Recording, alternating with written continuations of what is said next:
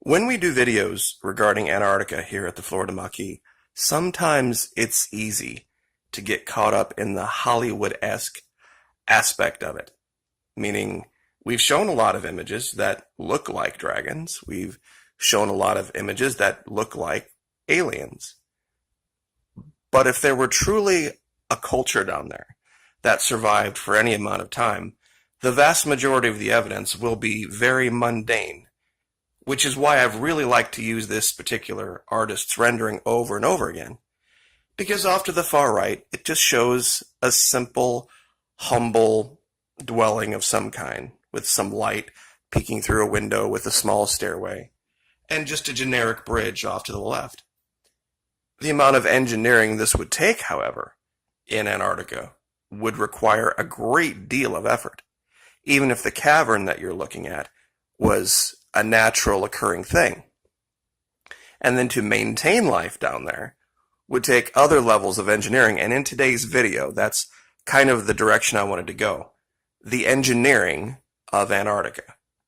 What would it really take on the ground to begin to migrate there? Because looking at the way the mainstream media is now completely dominating the thought life of North Americans, only free-thinking people would have this interest.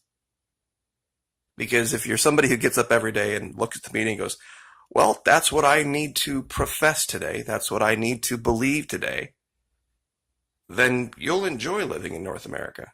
But for those of us who have a different take, those of us who want to have our own thoughts and be our own persons, places like Antarctica are very alluring. Even something simple like this, which is what looks like a small bar, small establishment with seating for maybe 30. This would take a great deal of engineering, but I do believe it would be worth it in the long run to have a place that would have a different set of rules. It would take a great deal of time, though. I think that would be the biggest impediment. People today in North America want to see a plan that they can execute in 16 to 18 months, maybe 2 years tops. People forget that coming to the New World here, when they arrived, the people on the ships, there were forests as far as the eye could see. There were oceans full of fish. There was forests full of game, rivers to be harvested, fresh water everywhere. All sorts of advantages. In fact, in some ways, more habitable than places in Europe. And it was still hundreds of years from the first arrivals in the late 1400s and 1500s to when we actually saw what could be seen as nations. It was hundreds of years. And Antarctica is much more foreboding. But nations are doing it. This is part one in a series from Jamestown.org. Is Russia preparing to challenge the status quo in Antarctica?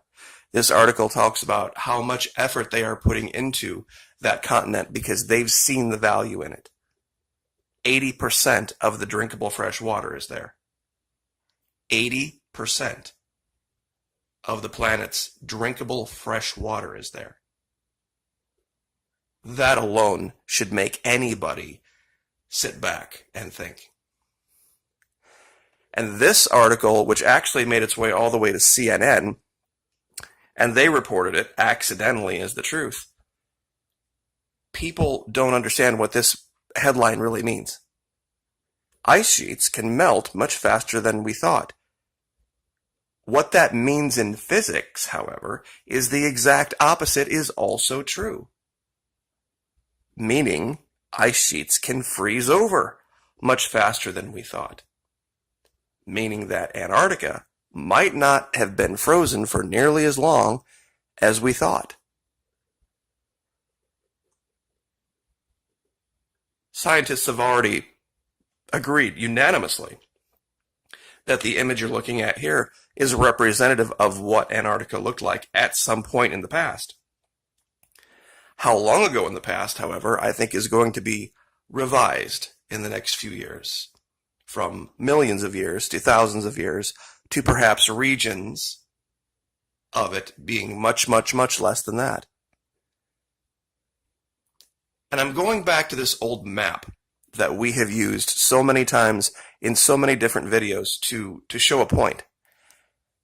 This is a map from roughly the 1600s, but there's a great deal of information on it if you understand the culture of the time. Making maps at this time was an incredibly expensive, difficult, time-consuming, labor-intensive process. Things were not included on maps that were irrelevant. This is why, today, it's easy to make maps. You can just print them off.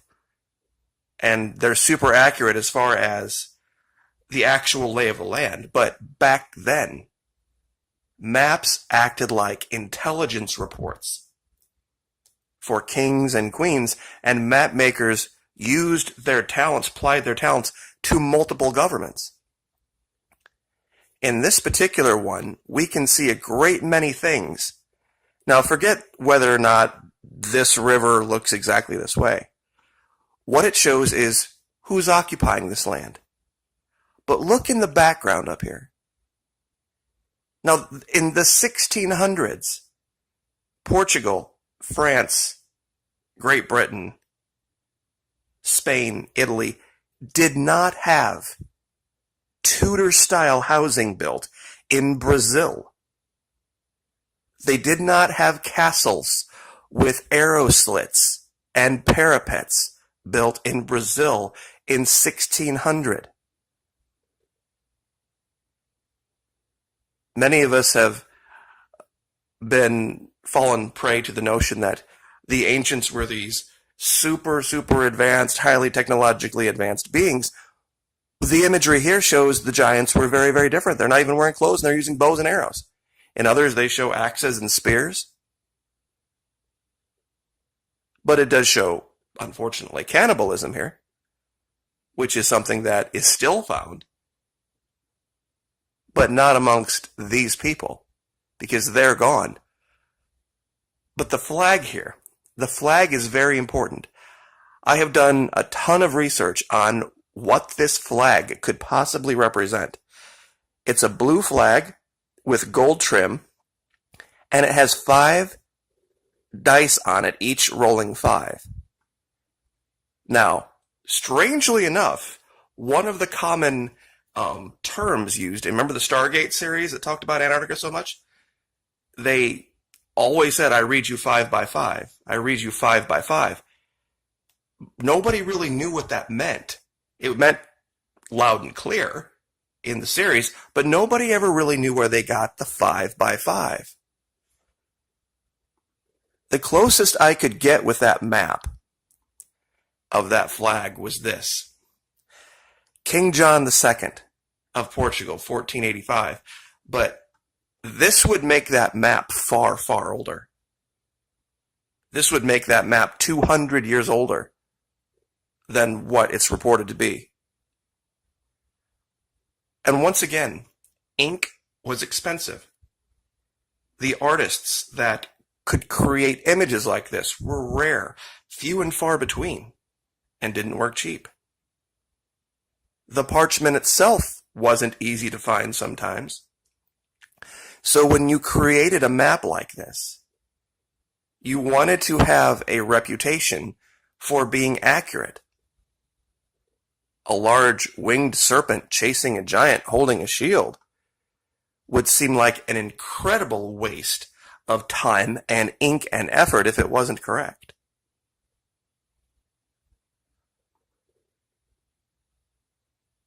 The image on the left is very, very real, very, very easy to find in Antarctica, and down in the description I'll show you where you can download Google Earth Pro and you can go look at this for yourself. The engineering it would have taken, though, would have been incredible, because this picture on the right I pulled off the internet to try to kind of make it something where you could see it from the other side. This isn't even hardly quite big enough, though. Width-wise, the reason I use this image on the right is width-wise it is. This opening is actually almost as big as a 2-lane highway with a suicide lane in the middle, a third turning lane. That's how wide this opening is. And as tall, it's much taller than this cavern here. But of course, seeing it from satellite, it just looks like a dot. But whatever this is, it's clearly engineered. Clearly. There's no way this would be created naturally in the side of a mountain. The amount of time it would take to create even something simple like this little walkway with an archway supported, would take many men and many years. So I think going down there, you would have to make a plan for that. Now, just to show some actual images real quick that don't include dragons, don't include aliens, don't include anything like that. To prove this, this was one of the first ones that was brought to me that really stood out. Now, it's kind of hard to look at in context, but what you're looking at here is a lower area where you see this snow. And on the sides here, over here to the left, and here, it rises up. There was at one time what looks like a bridge that if you look here where I'm tracing with the cursor, do you see how this white is a little bit different than the snow white behind it? This is where the bridge ends on this side, and it's collapsed. This is the lower area, and when you zoom in, on this side, you can actually see one of the bridge arches where this side has collapsed. So this is the left side of the bridge, this is the right side of the bridge, and here's one of the Roman arches that held up this bridge.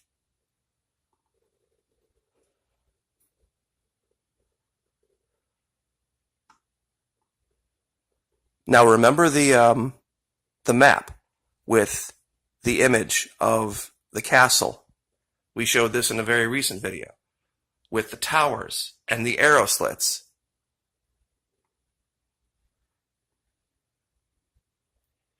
Once again, right here. And one final thing to show that doesn't even require you to look through the snow.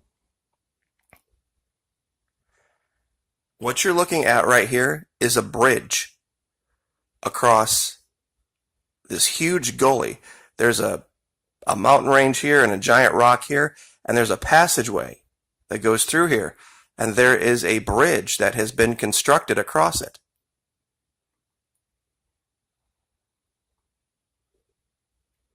Here's a better view.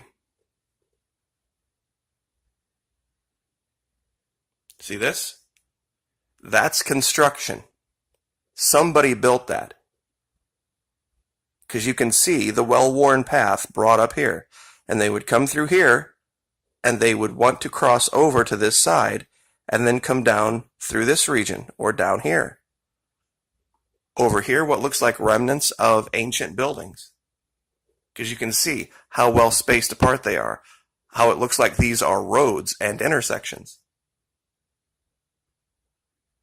This is the basic fundamental thing that makes Antarctica, to my mind, the single most important place on the planet. 80% of the drinkable fresh water is in a place where there used to be a civilization that we know virtually nothing about.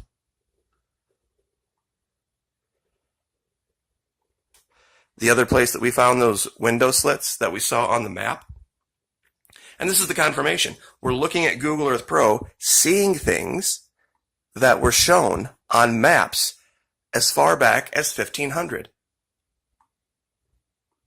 This is the kicker for me, that what we're looking at here jives exactly with what people on the ground saw. So, anyway, at 15 months, listen to me, 15 minutes, I will leave it there, but it's a daunting idea of going to this place and beginning to settle it. But you have to imagine that that's probably what was told to the Pilgrims, what was told to other explorers of the time, that it was a waste, and in their lifetimes, most of them didn't see what North America became. So, anyway, I will leave it there and leave you guys with an image that I think speaks greatly to what the future may hold. Like, share, subscribe.